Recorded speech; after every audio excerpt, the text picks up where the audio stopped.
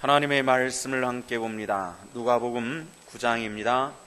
누가복음 9장 46절부터 62절까지 누가복음 9장 46절부터 62절까지 저와 여러분이 말씀을 교독하여서 함께 보시도록 합니다. 보신 후에 제3여성교에서 나와서 하나님께 찬양을 드리시겠습니다. 제자 중에서 누가 크냐 하는 변론이 일어나니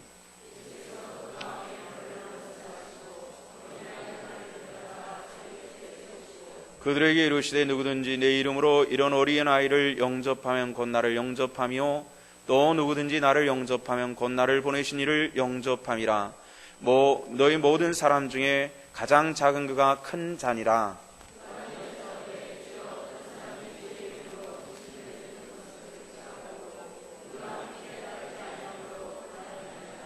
예수께서 이르시되 금하지 말라. 너희를 반대하지 않는 자는 너희를 위하는 자니라 하시니라.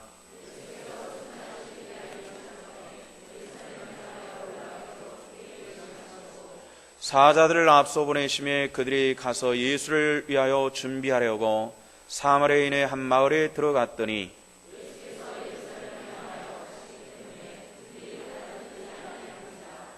제자 야고보와 요한이 이를 보고 이르되 주여 우리가 불을 명하여 하늘로부터 내려 저들을 멸하라 하기를 원하시나이까.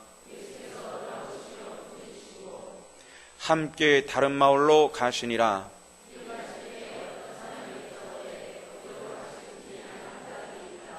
예수께서 이르시되 여호도 굴이 있고 공중에 새도 집이 있으되 인자는 머리 둘 곳이 없도다 하시고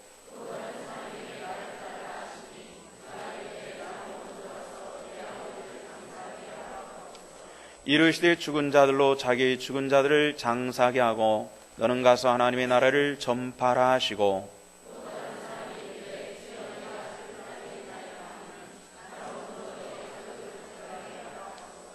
함께 예수께서 이르시되 손에 쟁기를 잡고 뒤를 돌아보는 자는 하나님의 나라에 합당하지 아니하리라 하시니라. 아멘. 하나님 은혜를 감사합니다. 주를 사랑하여서 주님을 찬양하는 주의 딸들을 보시옵시고 저들의 삶 속에 주님 내내 내주하여 주셔서 이 세상을 사는 어간 속에서 주님을 만나는 기쁨과 그리고 누리는 축복들이 저들 속에 함께하여 주시옵소서. 특별히 사랑하는 남편이 1년 전에 예수 믿고 세상을 떠난 그 은혜를 감사하며 일주일가 되어 하나님께 감사 예배를 드리며 예물을 드린 귀한 우리 김종옥 집사님이 있습니다. 기억하시고 그 남편 예수 그리스도를 영접하여 주 앞에서 싸우니 잘 믿다가 주님 앞에서 함께 만나는 기쁨을 허락하여 주시옵소서. 감사를 드립니다. 오늘도 이 종이 입술을 붙들어 주시기를 원하며 예수 이름 받들어 기도하옵나이다. 아멘. 누가복음 9장 46절부터 62절까지 보셨는데요. 누가복음 26번째 시간입니다. 이제 주님은 갈릴리 사역을 마치시고 예루살렘으로 올라가실 준비를 하셨습니다. 특히 누가는 24장에 이르는 방대한 복음서에서 9장 후반부부터 갈릴리가 아닌 유대 지경에서부터 활동을 기록을 해주고 있습니다. 상당히 많은 부분이 예루살렘, 마지막으로 예루살렘 올라가는 것부터 그리고 거기서 주신 교훈과 또 그것의 활동하심과 또 고난당하심 이런 이야기들로 누가복음 9장 하반절서부터는 쭉 기록되어 있습니다. 이게 의미하는 바가 있어요. 성경 마태, 마가, 누가, 요한복음에 이르는 이 사복음의 저자들이 대부분이 절반 이상을 마지막 주님의 그 고난당하시기 위해서 예루살렘에 올라가시는 그 광경서부터 고난과 부활에까지 쭉 기록을 하고 있습니다. 시간적으로는 짧은 시간이었어요. 3년이라고 하는 시간으로 볼 때는 그 시간은 굉장히 짧은 시간이었습니다만은 그 기록한 분량은 굉장히 많습니다. 그게 의미하는 바가 있죠. 그것은 뭘 의미하느냐면은 예수님의 고난과 그리고 부활이 우리에게 주는 의미가 그렇게 크다는 것을 가르쳐 주시는 말씀입니다. 고난 없는 신앙은 없습니다. 우리가 요즘에는 예수를 믿는 믿음 때문에 육체적 고난은 다는 사람들은 요즘에 그다지 흔치 않습니다. 그러나 주님 때문에 우리가 당해야 되는 그 감정적 어려움도 있고요. 이런 것들이 이것도 하나의 고난입니다. 이런 고난들을 믿음으로 잘 감당해 나가는 우리 하나님의 권속들 될 수 있기를 주님의 이름으로 부탁을 드립니다. 자, 이제 제자들 중에 예루살렘으로 올라가는 가운데서 누가 크냐는 이런 분란이 생겼던 것을 알 수가 있죠. 성경 말씀이 그런 내용이 나옵니다. 46절에 보니까 제자 중에서 누가 크냐는 변론이 일어났다. 누가 크냐는 변론이라고 하는 것이 이게 한두 번 일어난 것이 아니라 자주 일어났던 것 같아요. 성경에는 두 군데서 일어났던 것을 기록합니다만은, 그러나 이런 말씀들이 제자들이 전부 기록한 것을 볼 때에 이런 그 감정적인 제자들 간의 다툼은 상당히 많이 있었던 것 같습니다. 더군다나 이 다툼의 핵심에는 누가 있었냐면은 야고보와 요한 형제가 있었습니다. 야고보와 요한 형제는 예수님과 핏줄로는 이종사촌간입니다. 연령적으로는 제일 어린 사람들입니다. 그런데 그들이 누가 크냐라고 하는 이 다툼의 핵심에 있었다라고 하는 이런 문제입니다. 어떻게 볼 때는 참 감정 상하는 일이에요. 예수님과 한 핏줄을 나눈 사람인데 나이 어린 사람들이 누가 크냐라고 하는 이 핵심에 있었기 때문에 나이 많은 베드로나 안드레와 같은 사람들은 아마 마음이 굉장히 상했을 것입니다. 이런 문제들이 생겼는데요. 주님께서는 이제 어린아이에 데려다가 하나의 교훈을 베풀어 주셨습니다. 자기 곁에 세우시고 48절 말씀 보니까 누구든지 내 이름으로 이런 어린아이를 영접하면 곧 나를 영접하며 누구든지 나를 영접하면 곧 나를 보내신을 영접함이라. 너희 모든 사람 중에 가장 작은 그가 큰 자니라. 이렇게 말씀했습니다. 이 조그만한 아이 하나, 우리나라도 요즘에는 아이들이 귀하기 때문에 아이들이 왕대접 받습니다만은 일제시대 2조 만렙 때까지만 해도 아이들에 대한 존재 가치는 굉장히 적었죠. 그래서 방정환 선생님 같으신 분이 나타나서 어린 아이들에 대해서 애들이라고 그렇게 심한 사람들은 애새끼들이라고 그런 표현을 쓰던 시절에 이 방정환 선생님이 늙은이 젊은이라고 하는 말만 있었지만은 어린 아이들에 대해서 어린이라는 말은 없을 때에 어린이라는 말을 만들어낸 사람이 바로 방정환 선생입니다.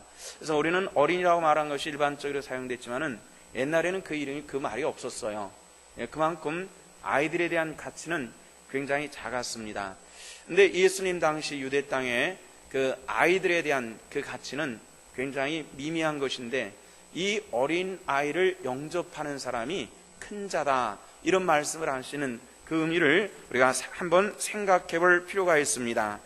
이 말씀은 취지는 어린아이까지 존귀는 마음으로 이렇게 받아들일 수 있습니다만은 작은 아이 인격까지도 존중할 수 있고 그런 사람들, 또 한 걸음 더 나가서 그 어린아이의 그 순진한 마음을 가지고 신앙을 바라볼 수 있고 사랑을 바라볼 수 있고 상대방을 대할 수 있는 그런 마음의 사람을 우리들에게 보여주시는 겁니다. 그리고 오늘 그 48절 하반절 말씀에 보니까 어떤 말씀이 기록되는가 한번 보십시오.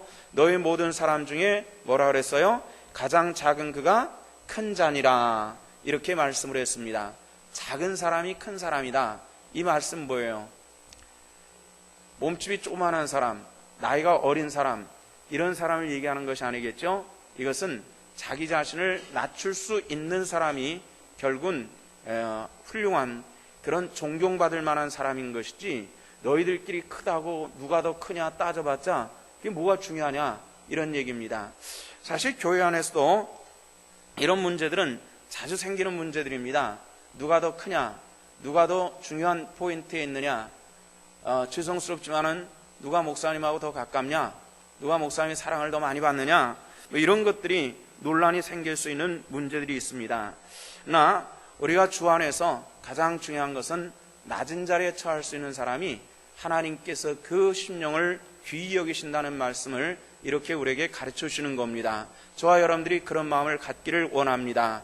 이것이 우리 신앙인들이 살아야 될 영적인 자세이기 때문에 그렇습니다.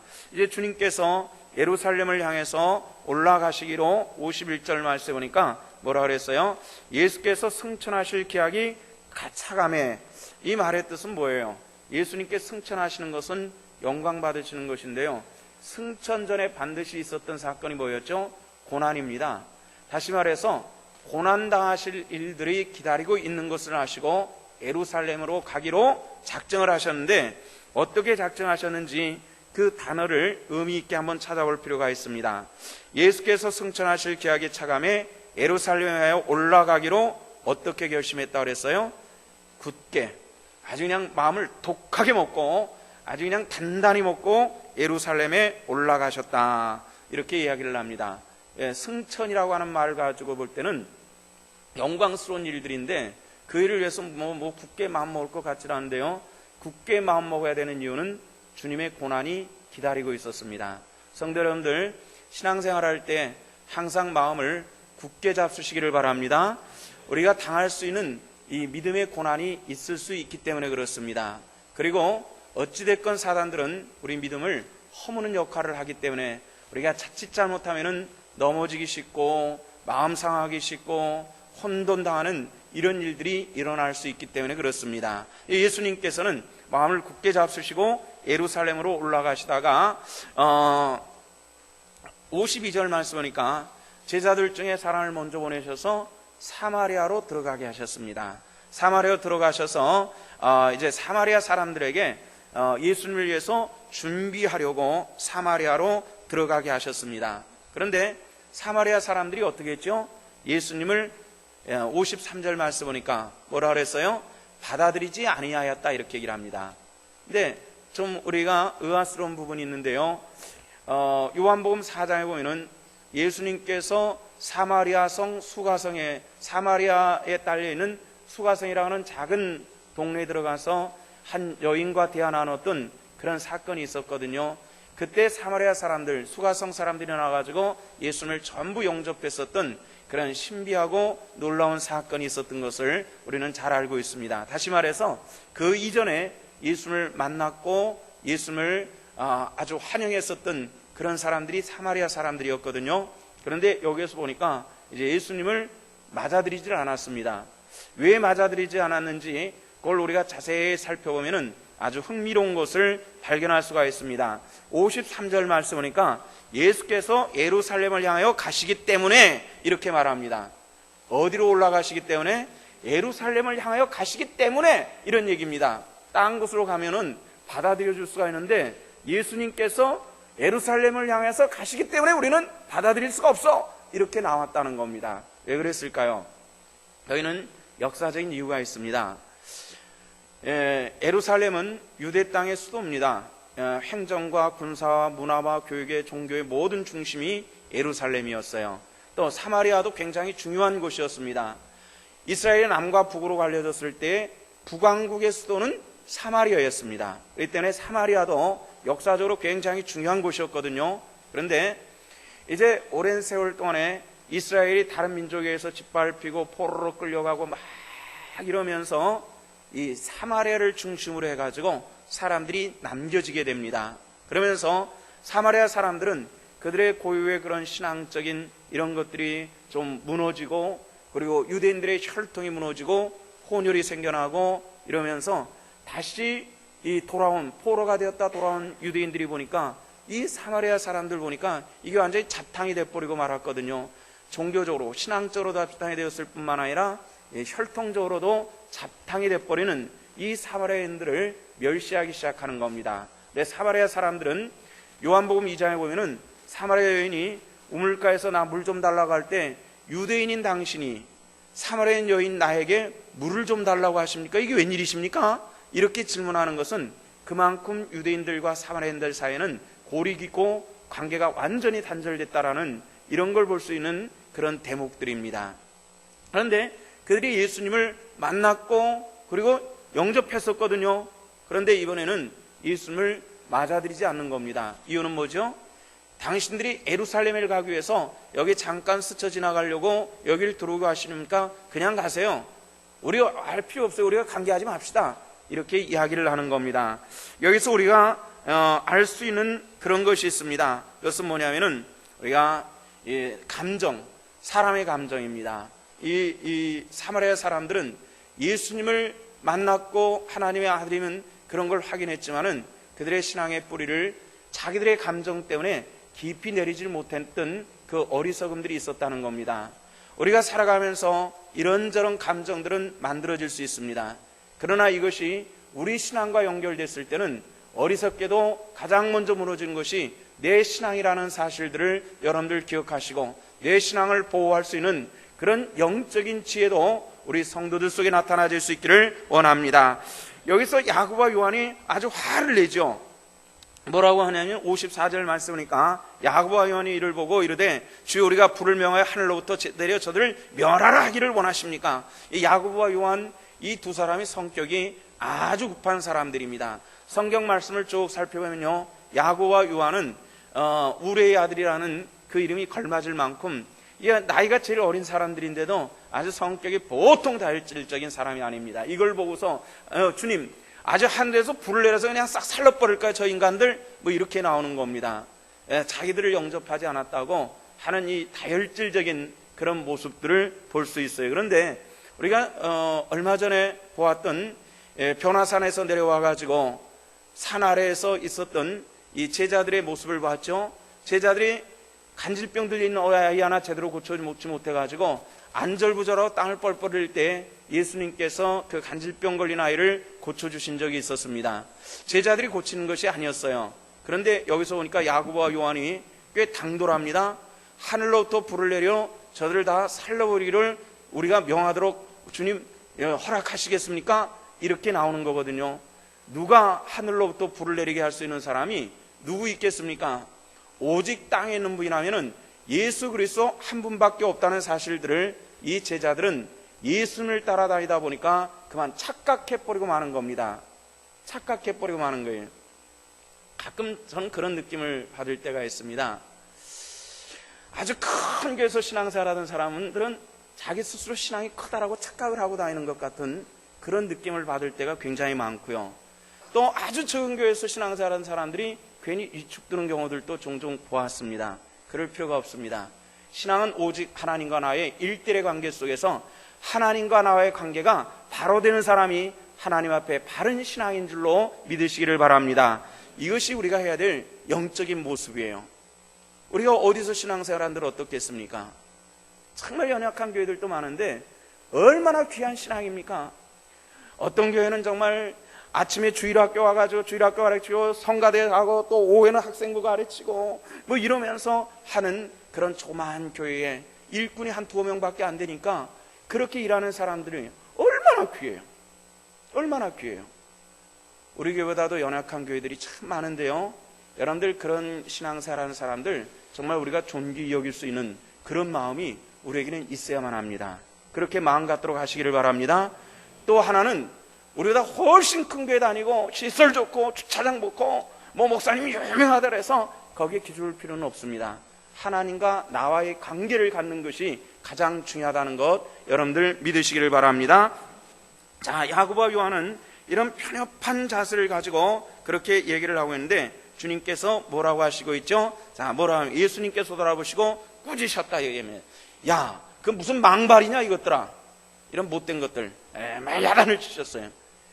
이게 말되는 얘기냐 말이지. 성도 여러분들, 신앙이라고 하는 것은 바른 이성을 가지고 하나님의 신비를 바라보는 눈이 띄어지는 것을 이야기를 합니다. 그래서 신앙생활할 때 우리 가슴은 뜨거워야만 합니다. 그 대신 머리는 냉정해져야만 합니다. 근데 반대가 되는 경우들이 있어요.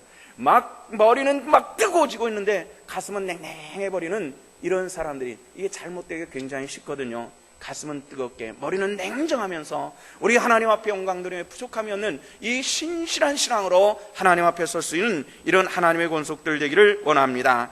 자, 우리 주님께서 다른 마을로 가자 해가지고 이제 길을 가시는 겁니다. 57절 말씀이니까 길을 가실 때 어떤 사람이 여짜오되 어디를 가든지 나는 주님을 따르겠나이다, 이렇게 나오는 겁니다. 주님께서 이렇게 말씀하시는 겁니다. 여우도 굴있고 공중에 새도 집이 있지만은 인자는 머리 들 곳이 없도다, 이렇게 말씀을 하셨습니다. 아마 이 제자는 예수님께서 지금 왜 예루살렘에 올라가셨는지 잘 몰랐던 것 같습니다. 뭐 그 제자뿐만 아니라 다 몰랐어요. 그래 예루살렘 가까운 곳에서도 또 그냥 지들끼리 누가 크냐고 싸우고 하나는 우편 하나는 좌편하는 이 어리석은 말들이 또 제자들의 입을 통해서 또 나오거든요. 그만큼 사람들은 실수가 반복되는 것을 볼 수가 있습니다. 성도 여러분들, 우리 모두 다 하나님 앞에 실수가 참 많은 사람들일 것입니다. 그럴 때마다 정죄하는 것보다도 용납과 용서를 통해서 하나님의 영광을 드러내며 나타날 수 있는 이런 하나님의 권속들 되어지시기를 주님의 이름으로 축원합니다. 자, 이 제자는 알지 못하고 내가 주를 따르겠나이다 이렇게 말하는데 예수님께서는 그거 따르는 일, 그거 쉬운 일 아니다 이렇게 말씀해 주시는 거예요. 정말 주님을 따르는 일들이 우리는 평범하게 신앙생활을 하기 때문에 그런데 좀 비범하게 신앙생활을 하려고 하면은 쉽지 않습니다. 제가 우리 교회가 속해 있는 교회에서요, 몇 년 전에 강도사 한 사람을 제명 조치를 시킨 적이 있었습니다. 근데 그 강도사 이 사람이 사실 우리 아이의 학교 선생님이에요. 근데 저랑 잘 아는 사람이고 저에게 굉장히 도움을 많이 요청한 사람인데 결국은 제명 조치를 하게 됐어요. 이게 어떻게 된 사건이냐면은 학교 선생님인데 신학을 했습니다. 신학을 할 때는 아내가 동의를 했습니다. 그래가지고 신학을 하고 전도사 과정을 거쳐서 강도사 시험까지 다 치루었습니다.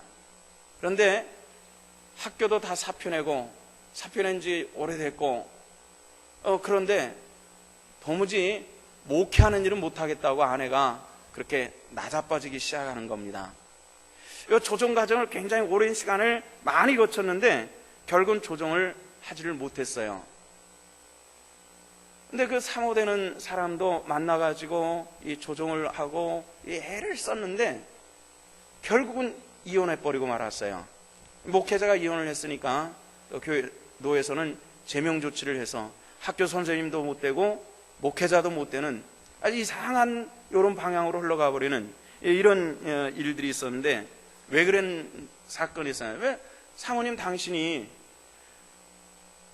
강도사님이 목회를 한다고 할 때 동의를 해가지고 학교 사표를 내고 그렇게 신학을 하고 여기까지 왔는데 지금 와서 이렇게 하면 어떻게 합니까? 그런데 신학을 하면서 교육전도사, 전임전도사, 강도사를 거치면서 교회에서 전에는 평신도로서 섬기다가 꽤 큰 교회에서 평신도로 섬기다가 뭘 몰랐는데 막상 목회자라고 하는 자리에서 사모의 자리에서 보니까 이게 보통 일이 아니어서 이건 사람이 할 일은 아닌 것 같습니다. 이런 얘기. 그럼 우리 뭐 사람이 아니고 딴 건가 말이지. 사람, 이게 왜 무슨 일이 있었냐. 이 전도사로 그래도 공부하고 학교에서 선생님이 했던 사람이 전도사로 하니까 교회에서 교회 직분자들이 이 전도사 알기를 진짜 모처럼 알더라는 거예요. 그게 굉장히 어려운 시간들을 얘기를 들어보니까 많이 오는데 이게 전도사 때는 그런 대로 강도사 때는 그렇게 뭐 하겠는데 목사 돼서 이런 일들이 계속 벌어지면은 자기는 도무지 미쳐버리지 못 살 것 같아가지고 아예 처음부터 이혼하는 난이 있더라도 나는 절대로 못 하네. 끝까지 이혼으로 나가버리는 이런 걸 봤습니다. 여러분들 목회자들을 존귀 여기시기를 바랍니다. 지금 우리 젊은 목회자들도 존귀 여기셔야만 합니다. 그 이유는 무엇입니까? 이들이 앞으로 한국교회를 짊어갈 수 있는 그런 젊은이들이기 때문에 우리는 존귀 여기만 합니다. 한번 생각해 보십시오. 새벽 4시에 일어나가지고 새벽마다 차를 운전하는 이 강만 가지고도 우리가 줘야 되는 그 사례비 몇 배를 줘야 되는 겁니다. 그런데 목회자라는 이 교회 부목회자라는 문제만을 가지고 가볍게 여긴다면 우리는 진정한 하나님의 백성은 될 수가 없다는 겁니다. 똑같이 대하십시오. 존귀히 대하십시오. 하나님의 종들을 존귀히 여길 수 있는 그런 우리 하나님의 권속들 되시기를 주님의 이름으로 부탁을 드립니다. 야, 예수님께서 따르려고 하느냐? 지금 뭐 보고 따르는 거야? 영광 예수님께서 가는 데마다 사람들은 환영하고 막 그냥 막 좋아하는 이런 걸 봤는데 사마리아에서 처음으로 이 배척받는 이 모습을 보고 사람들이 깜짝 놀랐는데 그러나 나는 예수님 어디 가든지 나는 따르겠습니다 이랬거든요. 99가지 영광을 받고 한 가지 반대를 받는데 99가지 영광을 보면서 나는 따르겠습니다 이렇게 얘기를 하는데 너 그것만 받지 인자는 머리 둘 곳이 없어. 정말로 인자는 갈 곳이 없는 사람이야 이렇게 이야기를 하는 겁니다. 우리 성도 여러분들 이 말씀을 곰곰이 생각하시면서 정말 하나님의 백성으로서 내 삶이 어느 부분 어떻게 있어야 될 것인가를 한번 생각해 보시기를 바랍니다. 그래서 우리가 진정 하나님의 백성들이, 주 일꾼들이 자존감을 가지고 일할 수 있도록 그렇게 만드는 것도 성도의 본분이고 해야 될 자세임을 우리는 알아야 된다는 겁니다. 또 다른 제자가 주님께 말씀을 드립니다. 59절 말씀 보니까 또 다른 사람에게 예수님께서 너는 나를 따르라, 한 사람은 나는 주님을 따르겠습니다 할 때 그거 어려운 일인데 쉬운 일 아니야 이렇게 말씀해 주시고 나서 또 다른 제자에게는 너 나를 따라오너라 이렇게 말씀하시는 겁니다. 어쩌면 똑같은 자리에서 제자들에게 어떤 사람은 따르겠다고 하니까 그거 쉬운 일 아닐 텐데 이런 말씀하시고요, 또 가만히 있는 사람에 너 나를 따라오겠니? 이렇게 말씀하시는 겁니다. 한 장소에서 같은 제자들에게 예수님의 이 모습은 이율배반적인 모습으로 보일 수 있는 그런 여지 없지 않아 있습니다. 그러나 여기서 우리가 찾아야 될 교훈이 있습니다. 그것은 뭐냐면은 59절 말씀이니까 그가 이르되 나로 먼저 가서 내 아버지를 장사하게 허락하옵소서. 우리 아버지가 지금 돌아가셨는데요, 장례를 치러야 되겠어요 이렇게 얘기를 합니다. 자, 우리 입장 바꿔놓고 생각해 봅시다. 만약에 우리가 예수님이고 제자가 우리 아버지 돌아가시는데 장례 치르도록 좀 다녀오겠습니다 라고 말할 때 여러분들 어떻게 하셔야 되겠습니까? 어떻게 하셔야 되겠습니까? 오늘 저녁 식사는 꿀로 잡수셨나 보다. 어떻게 하셔야 되겠습니까? 이거 허락해야 돼요. 그래, 장례 치르고 와라, 이거 허락해야 되는 겁니다. 그런데 예수님은 뭐라 그래요? 죽은 자들로 자기의 죽은 자들을 장사하게 너는 가서 하나님의 나라를 전파라, 나를 따르라 이렇게 말씀. 이 성경 말씀을 보면요, 이 무슨 종교가 이런 게 다 있냐 이렇게 생각될 수 있는 그런 요소입니다. 그런데 우리가 이스라엘 사람들의 풍습을 알면은 이해가 될 수 있는 겁니다. 우리는 자, 이번 토요일 날 우리 어디 놀러 가자 뭐 이렇게 하는데 나는 정말 가기 싫어요. 그럼 뭐라고 얘기합니까? 꼭 해야 될 일이 있는데 그날 낮잠 잘 거면서 핑계하잖아요. 이스라엘 사람들은 핑계하는 법이 있습니다. 이미 아버지는 돌아가셨어요. 그리고 나한테 얘기하는 사람은 그걸 알아요. 저 사람 아버지가 안 계시다는 것. 그런데 너 오늘 나랑 어디 좀 가겠니? 그럴 때 우리 아버지 돌아가셔서 장례 치러야 되는데요, 이 말의 뜻은 뭐냐면은 난 싫습니다 이런 핑계예요.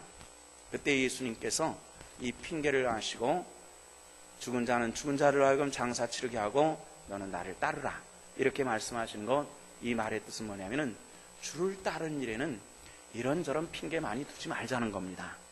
무슨 얘기인지 아시겠습니까? 주를 따르는 일에 핑계 많이 두지 마십시오. 수요일 예배 귀히 여기시길 바랍니다. 특히 우리가 수요일 날 주일 저녁하고 수요일 저녁하고는 성경 말씀이 계속 연결되잖아요. 그런데 여러분들이 수요일 날 저녁에 톡톡 끊어버리면은 말씀이 연결이 안 되기 때문에 말씀 반토막만 듣는 겁니다. 여러분들 뭘 하십니까? 물론 직장 갔다 와가지고 그냥 허겁지겁 오는 분들도 있고 뭐 여러 가지들의 정말 힘든 분들, 정말 힘든 사람들을 위해서 이런 얘기하는 것은 아닙니다. 그 시간에 텔레비 보신 분들 회개할진저 하나님 나라가 가까웠으니 회개해야 돼요. 예비하는 것이라는 것은, 하나님을 사랑한다는 것은 가장 먼저 예배에서부터 시작된다는 것을 여러분들 믿으셔야만 합니다. 예배에 뭐가 되자고요? 성공자가 되시기를 주님의 이름으로 축원합니다. 자, 예수님께서 이제 또 한 제자에게 이런 말씀을 또 하시는 것을 봅니다. 또 다른 사람이 이르되 주여 내가 주를 따르겠나이다마는 나로 먼저 가서 가족을 작별하게 하라 하소서. 이것은 두 번째는 핑계였지만 두 번째는 실질적인 겁니다. 주를 따르겠습니다. 그러나 작별 인사는 하고 따르게 해주시옵소서. 이렇게 말씀할 때에 예수님께서 하시는 말씀이 또 있죠. 뭐라고 했습니까?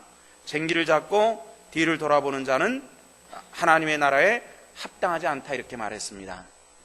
쟁기 잡아보신 분들, 아마 여기에서는 쟁기를 잡고 논을 갈아보신 분들은 아마 안 계실 것 같습니다. 거의 안 계실 것 같은데 저도 쟁기 잡아보지는 못했어요. 나 쟁기 잡는 곳에서 서서 이것저것 돌아보기는 많이 했습니다.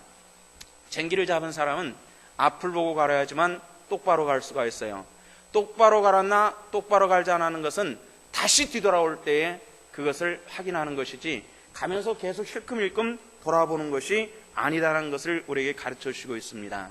우리가 신앙생활할 때도 마찬가지입니다. 이 말씀을 우리 주님께서 가르쳐 주시는 것은 어떤 것입니까? 쟁기질하는 사람들은 가급적 앞을 봐야지 쟁기질하면서 뒤를 자꾸 바라보는 것은 실패할 수 있다는 겁니다. 저와 여러분들은 쟁기 잡은 사람 되었음을 믿으시기를 바랍니다.